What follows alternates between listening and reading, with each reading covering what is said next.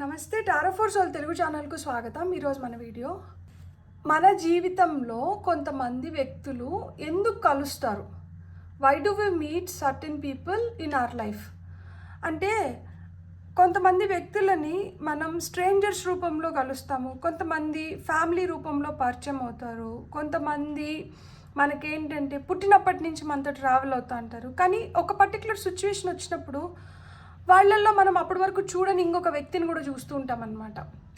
అట్లా మనం మన జీవితంలో కొంతమంది వ్యక్తుల్ని ఎందుకు కలుస్తున్నాం, ఎందుకు ఇట్లాంటి వ్యక్తుల్ని మనం కలవాలి? సో ఇది ఈరోజు మన టాపిక్. ఇది కలెక్టివ్ జనరల్ రీడింగ్. సో ఇక్కడ నేను పైల్స్ ఏం పెట్టట్లేదు అండ్ ఇది టైమ్లెస్ రీడింగ్. దీనికి టైంతో ఏం సంబంధం లేదు. ఎప్పుడు మీకు ఈ వీడియో కనిపించినా కానీ ఆ వీడియోలో మీకు ఆ నిమిషానికి రావాల్సిన మెసేజ్ ఏదో, గైడెన్స్ ఏదో ఉంది, అందుకనే మీకు ఆ వీడియో ఆ పర్టికులర్ టైంలో పాపప్ అవుతుంది అని అర్థం అనమాట. మీరు హ్యాపీగా వీడియోని ఎంజాయ్ చేయొచ్చు, బ్లెస్సింగ్స్ని క్లెయిమ్ చేయొచ్చు. మనం అస్సలు ఆలస్యం చేయకుండా వీడియోలోకి వెళ్దాం. సో ఫస్ట్ టారో ద్వారానే చూద్దాం మనము ఎందుకు కొంతమంది వ్యక్తులు మన జీవితంలోకి వస్తున్నారు అనేది మనం చూద్దాము. సో మీరు ఈ వీడియో చూస్తున్నప్పుడు మీకే ఎవరన్నా గుర్తు రావచ్చు, లేదు మీరు చూస్తున్న ముందరే మీరు ఎవరినన్నా అనుకోనైనా కానీ చూడండి ఎందుకు ఆ పర్టికులర్ వ్యక్తి మన లైఫ్లోకి వచ్చి నిండొచ్చు, ఏ పర్పస్ వల్ల వాళ్ళు మన లైఫ్లో ఉన్నారు, వాళ్ళు మనకి ఎలా సహాయపడుతున్నారు, లేదు వాళ్ళ వల్ల ప్రతి ఒక్కరూ మన లైఫ్లో మనకి కలుస్తున్నారు అంటే వాళ్ళ ద్వారా మనం ఏదో ఒక లెసన్ నేర్చుకుంటున్నాం అనమాట, మంచిదో చెడ్డదో. సో వాళ్ళు మన లైఫ్లో ఒక మంచి ఇంపాక్ట్ క్రియేట్ చేసినా, ఒక చెడు ఇంపాక్ట్ క్రియేట్ చేసినా దాంట్లోంచి మనం ఏదో ఒక పాఠం, జీవిత పాఠం నేర్చుకోవాలనే ఒక వ్యక్తి మన జీవితంలోకి వస్తారనమాట. సో అలా మీ జీవితంలోకి ఈ వ్యక్తి ఎందుకు వచ్చినారు, ఎందుకు కలిశారు అనేది మనం ఇప్పుడు చూద్దాము. సో మీ జీవితంలో కొంతమంది వ్యక్తులు అంటే ఒకరే కాదు కదా, కొంతమంది వ్యక్తులు అంటున్నాను కాబట్టి సెట్ ఆఫ్ పీపుల్ అవ్వచ్చు, సెట్ ఆఫ్ డిఫరెంట్ పీపుల్ అవ్వచ్చు, కొంతమంది జీవితంలో ఒకరే అవ్వచ్చు. సో ఆ విధంగా మన జీవితంలోకి ఇలా మనం కొంతమంది వ్యక్తులని ఎందుకు కలుస్తున్నాము. ఫస్ట్ కార్డ్ వచ్చి king of cups, fool card,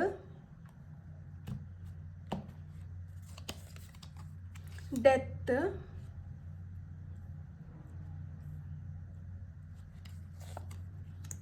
tower. ఇది ఒక సెట్ ఆఫ్ పీపుల్, ఇది ఒక set of people. Okay, magician, beautiful, 5 of pentacles. So కొంతమంది వ్యక్తులను మనము ఎందుకు కలుస్తాము అంటే ఆ ప్రేమను ఆస్వాదించడానికి మనకి అవసరం కదా. ఇప్పుడు మనం మనుషులం కాబట్టి మనకి ఒకరి తోడు అవసరము, ఒకరి ప్రేమ అవసరము, ఒకరి వాలిడేషన్ అవసరము. ఒకరు ఏదైనా చెప్తున్నప్పుడు మనం అనుకునేది వాళ్ళు చెప్తున్నప్పుడు మనకేంటంటే అది వేరే లెవెల్ ఎనర్జీస్లోకి వెళ్ళిపోతాం. మనల్ని ప్రోత్సహించి నువ్వేమన్నా చేయగలుగుతావు అని వెన్ను తట్టి మనల్ని ముందరికి నడిపే వ్యక్తి కావాలి. మన జీవితంలో ఏం జరిగినా కానీ ఇది మన మంచికే జరుగుతోంది అని మనల్ని ఎంకరేజ్ చేస్తున్న వ్యక్తులు మనకు కావాలి. సో ఆ విధంగా కొంతమంది వ్యక్తులు మీ జీవితంలోకి ఎందుకు వచ్చినారు అంటే ప్రేమ విలువ చెప్పడానికి వచ్చినారు. ఇక్కడ కొంతమంది ప్రేమించి ఇలా ప్రేమించాలి అని చూపించే వ్యక్తులు ఉండింటారు, ఇంకొంతమంది ఏంటంటే ఇలా ప్రేమించకూడదు అని చూపించే వ్యక్తులు ఉండింటారు.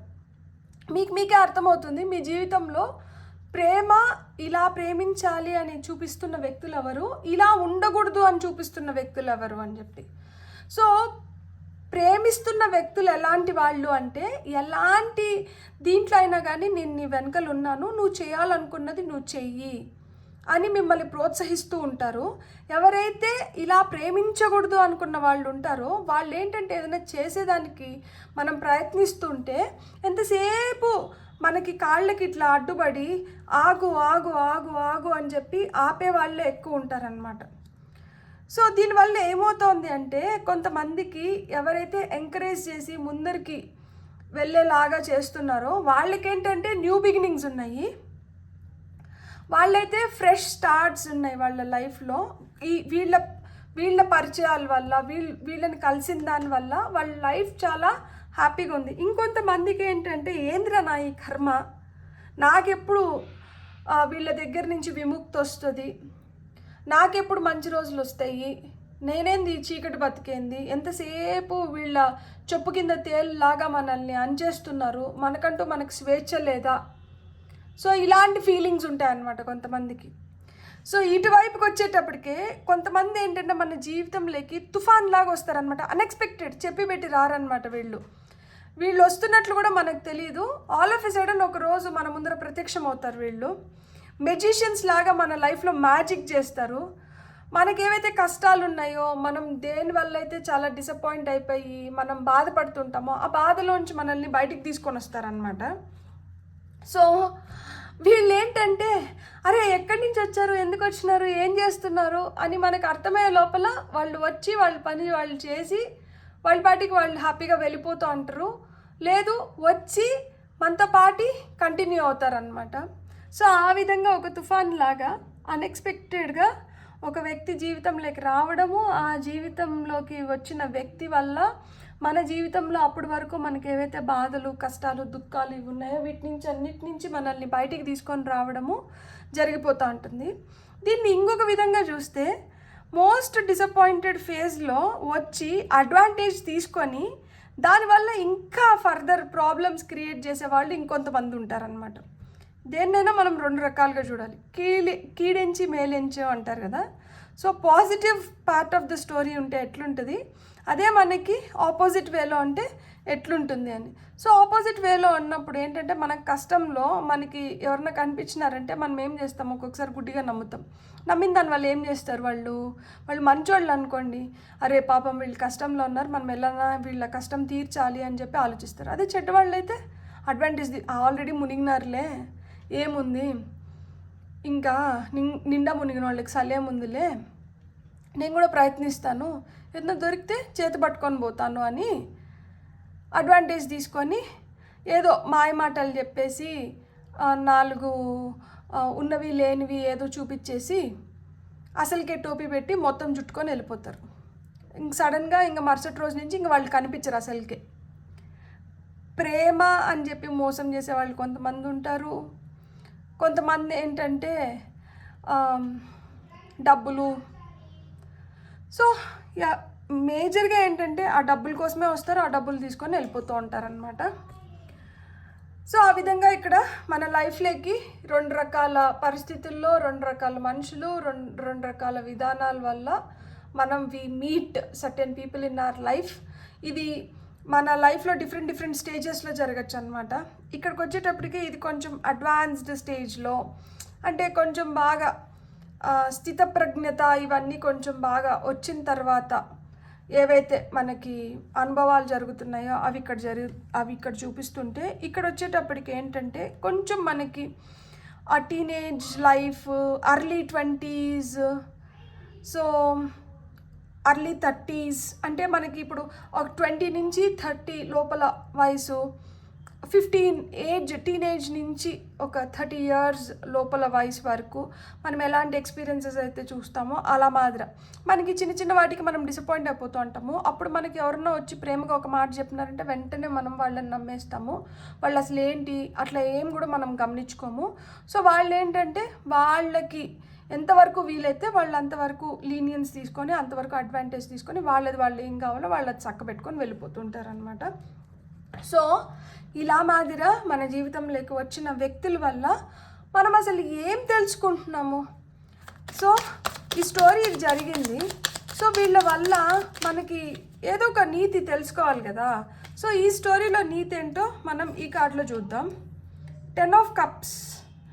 సో ఈ స్టోరీలో నీతి ఏంటంటే మనం ఫస్ట్ చెప్పుకున్నట్లు మనం ఏదైనా మనకి షేర్ చేసుకోవడానికి కానీ, మనకి గైడ్ చేయడానికి కానీ, మనల్ని ప్రోత్సహించడానికి కానీ, మనకి కొత్తగా మనం ఫ్రెష్ స్టార్ట్స్, న్యూ బిగినింగ్స్, అంటే డెత్ అంటే అక్కడ ఒక న్యూ బిగినింగ్ కూడా ఉంటుంది కదా. సో ఆ విధంగా మనం చేసినప్పుడు ఏమవుతుందంటే అది మన ఫ్యామిలీ మనల్ని ఫుల్గా ఎంకరేజ్ చేస్తూ మనకి తోడు నీడుగా ఉండి మనల్ని నిరంతరం కాపాడుకుంటూ మనల్ని ముందరకు తీసుకొని వెళ్తుంది.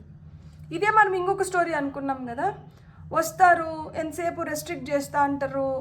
మనకేంటంటే వాళ్ళ దాక్షణ్యాలు, ఇది కూడా మళ్ళీ ఫ్యామిలీనే. ఎందుకు అంటే కొంచెం నార్సిస్టిక్ పేరెంట్స్ ఉన్నా, లేకపోతే ఇంట్లో ఎవరో ఒకరు అట్లా నార్సిస్టిక్గా ఉన్నా, వాళ్ళు చెప్పిన మాట వినాలి, వాళ్ళు చెప్పినట్టే జరగాలి, వాళ్ళు అనుకునిందే కరెక్ట్, పక్కన వాళ్ళు ఏం చెప్తున్నా కానీ అదంతా తప్పు, మేము పెద్దవాళ్ళము, మేము ఇవన్నీ ఎక్స్పీరియన్స్ చేసి వచ్చినాము, మీరు మా మాట వినాలి. సో ఇవన్నీ ఏంటంటే ఇంపోజ్ చేస్తూ వస్తారనమాట. ఎట్లన్నా కానీ మీరు మా చెప్పు చేతుల్లో ఉండాలి, మేము చెప్పినట్లే ఉండాలి, మళ్ళీ మీరు ఇదైన తర్వాత మళ్ళీ మీ ఇష్టం అంటారు. కానీ ఎంత వయసు వచ్చినా కానీ మీరు మాకు చిన్నపిల్లలే కదా అని చెప్పి మళ్ళీ ఆ డైలాగ్ కూడా కొడతారనమాట. సో ఆ విధంగా ఫ్యామిలీ మనకి ఒక విధంగా మనల్ని ఎంత ఎంకరేజ్ చేస్తుందో, ఇంకొక విధంగా మనం చూస్తే మనల్ని అంత వెనక్కి లాగుతారనమాట. సో ఈ పార్ట్ ఆఫ్ ద స్టోరీకి నీతి ఏంటో చూద్దాం. సో ఈ పార్ట్ ఆఫ్ ద స్టోరీకి నీతి, ఇక్కడ మన ఫ్యామిలీకి సంబంధం లేని వ్యక్తి అయినా కానీ వచ్చి మనకి ఇట్లా సహాయం చేసి మన ఫ్యామిలీలో ఒక పార్ట్ అయిపోతారనమాట. సో ఈ పక్కన ఏంటో చూద్దాం మనం. ఈ స్టోరీకి మనకి వస్తున్న okay, wheel of fortune, 3 of Wands, beautiful. So చాలా అర్లీగా మనం దెబ్బతిన్నప్పుడు ఏమవుతుందంటే మనకి పట్టుదల కూడా చాలా పెరుగుతుంది కదా, మన డెస్టినీ మారుతుంది. సో ఇలా ఎక్స్పీరియన్సెస్ జరిగిన దానివల్ల మన తలరాతను మనం మార్చుకోగలుగుతాం. దట్ ఎస్, కీడెంచి మేలెంచుకోవడమో లేకపోతే ఇలాంటి ఎక్స్పీరియన్సెస్ జరిగిన దానివల్ల మళ్ళీ మనం కొంచెం జాగ్రత్త పడ్డం. కానీ లైఫ్లో మనకంటూ మనకు ఒక పొజిషన్ ఉండి మనం మంచిగా ఉంటే మనం చెప్పినట్లు ఎవరైనా కానీ వింటారు, ఏమన్నా కానీ జరిపించుకోవచ్చు. మనకంటూ ఆ పొజిషన్ లేనప్పుడే మనల్ని ఏంటంటే ఇలా వాడుకుంటారు, మనల్ని ఒక టిష్యూ పేపర్ లాగా ట్రీట్ చేస్తారు అని అర్థమయ్యి మీరు లైఫ్లో మీరు ఎక్స్పాండ్ అవుతారు, గ్రో అవుతారు, మీ తలరాతను మీరే మార్చుకుంటారు, మిమ్మల్ని మీరు లక్కీ చామ్ లాగా ట్రీట్ చేసుకుంటారు. So luck favours the Brave అన్నట్లు మీరు చాలా స్ట్రాంగ్గా, బోల్డ్గా, బ్రేవ్గా తయారవుతారనమాట. అట్లా కాకుండా మనం ఇంకొక స్టోరీ అనుకున్నాం కదా, దట్ మనం మోస్ట్ డిసప్పాయింటెడ్ ఫేజ్లో వచ్చి మెజిషియన్ లాగా వర్క్ చేసి అడ్వాంటేజ్ తీసుకొని వెళ్ళిపోయినప్పుడు ఏమవుతుంది, మళ్ళీ మనం మన తలరాతనే నిందిస్తాం కదా.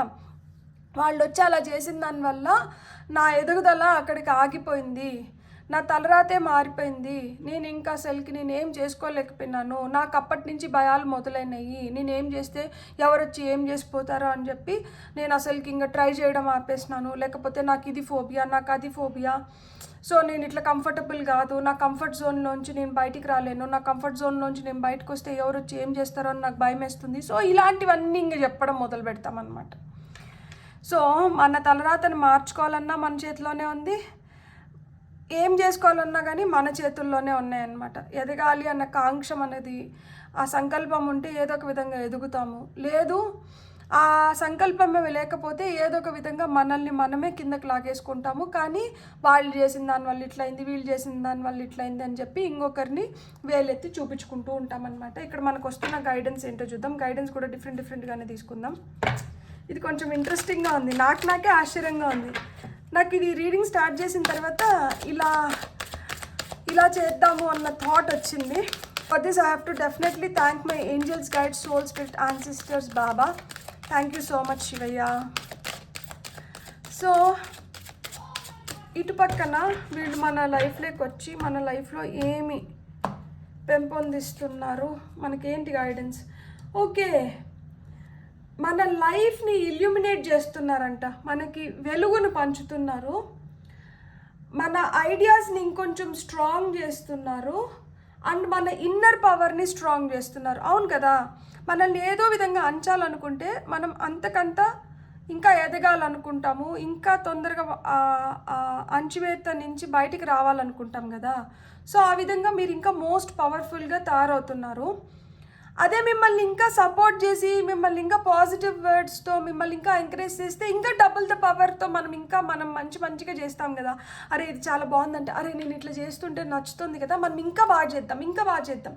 సో ఆ విధంగా మీకు ఇంకా మంచి ఐడియాస్ వచ్చి మీరు ఇంకా మంచిగా ఎదుగుతున్నారు అని చెప్తున్నారనమాట. మీ లైఫ్లో ఆ వెలుగు వస్తుంది అని చెప్తున్నారు. నెంబర్ 4 ఆర్కేంజల్ యూరియల్ అనమాట. ఇది వచ్చి కార్డ్ నెంబర్ 14, ఇది 0, ఇది card number 13. So death card number 13. ఇవి మీ డేట్ ఆఫ్ బర్త్స్ అయిన ఉండొచ్చు, మీ లక్కీ నెంబర్స్ కూడా అయిన ఉండొచ్చు. 13 అంటే 4, ఇక్కడ వచ్చి 5, ఇది వచ్చి 4. సో 444 ఏంజల్ నెంబర్ చూస్తుంటే మీరు తెలుసుకోవాల్సింది ఏంటంటే, ఈ 4 నెంబర్ ఏంటంటే ఇది చాలా మిస్టీరియస్ నెంబర్. ఇది మేనిఫెస్టేషన్కి చాలా హెల్ప్ చేస్తుంది, ఒక స్ట్రక్చర్కి, ఒక స్టెబిలిటీకి రావడానికి హెల్ప్ చేస్తుంది. అలానే ఈ 4 అనే నెంబర్ ఏంటంటే మనకి అన్సర్టినిటీస్ని కూడా క్రియేట్ చేస్తుంది అన్నమాట. క్లారిటీ లేకుండా చాలా అన్సర్టైన్గా అయిపోతాము. సో అందుకనే మీరు చూస్తే నెంబర్ 4లో మనకి పెళ్ళిళ్ళు చేయరు, ఏదైనా శుభకార్యాలు 4 నెంబర్లో మనకి చేయరు అనమాట. సో 32 గాడెస్ ఐసిస్ మీ లైఫ్లో మ్యాజిక్ క్రియేట్ అవుతుంది. మీరు ఏది చేత పట్టినా కానీ పట్టిందల్లా బంగారం అంటారు కదా, సో ఆ విధంగా మీరు పట్టిందల్లా బంగారం అవ్వడానికి కానీ, మీ లైఫ్లో మీరు ఒక మంచి పొజిషన్లోకి వెళ్ళడం కానీ, మీకు ఆ పట్టుదల, దీక్ష, కాంక్ష పెరగడం కానీ, మీ పైన మీకు నమ్మకం పెరగడం కానీ, ఎలాంటి ఆటుపోట్లు ఎదురైనా కానీ మీరు తల వంచకుండా మీరు చేయాలనుకునేది మీరు చేసుకుంటూ వెళ్ళిపోవడం కానీ, ఇవన్నీ ఉన్నాయన్నమాట. సో మీ లైఫ్లో మీరే చాలా మ్యాజికల్గా తయారవుతారు. మీరు ఏది కోరుకున్నా కానీ మీరు దాన్ని సాధించుకోగలుగుతారు. కార్డ్ నెంబర్ 32, ఏజ్ 32 అయిన ఉండొచ్చు, లక్కీ నెంబర్ 3, 2, 5 అయిన ఉండొచ్చు. సో ఈ పక్కకి ఓకే, ఈ కార్డ్ రావాలనుకుంటుంది. So unconditional love, heart healing, self love, అంతే కదా. ఇక్కడ కొంతమంది ప్రేమిస్తున్నాము అని చెప్పి ప్రేమ పేరు చెప్పి మోసం చేస్తారు అని చెప్పిన. సో అట్లా మోసపోయినప్పుడు ఏమవుతుంది మనకి, అంటే దీనివల్ల మోసపోయినాం కదా అని కొంతమంది ఏమవుతారంటే ఒక షెల్లోకి వెళ్ళిపోతారు. కొంతమంది ఏంటంటే అరే ఇది కాకపోతే ఏంటి, దీనికన్నా బెస్ట్ థింగ్ నా లైఫ్లో జరుగుతుంది అని చెప్తారు కదా. సో మనల్ని మనం ఫస్ట్ నమ్ముకోవాలి. మనం ఇతరులను నమ్మినాం కాబట్టి వాళ్ళు మోసం చేసిపోయినారు.